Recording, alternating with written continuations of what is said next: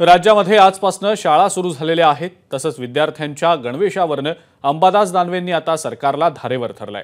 राज्यामध्ये शाळेच्या पहिल्याच दिवशी विद्यार्थ्यांना गणवेशच मिळालेले नाहीत आणि यावरनं त्यांनी सरकारवर निशाणा साधलाय।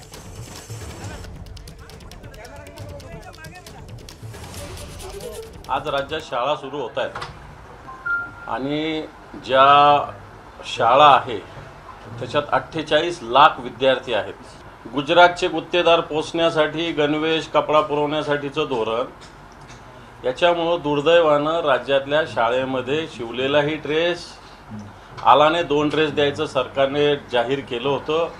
आज 15 जून आहे आणि अजून सुरू झालं नाही, याचा अर्थ अजून 1 ते 1.5 महिना विद्यार्थ्यांना गणवेश 100% भेटू शकत नाही, अशा प्रकारची स्थिती आहे।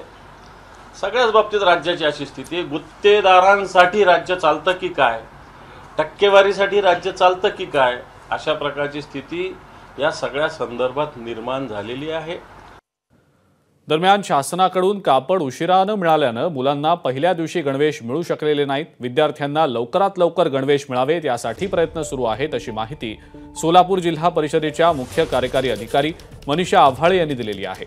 विद्यार्थ्यांना लवकरात लवकर गणवेश मिळवून देण्याचे प्रयत्न सुरू असल्याचं त्यांनी सांगितलं।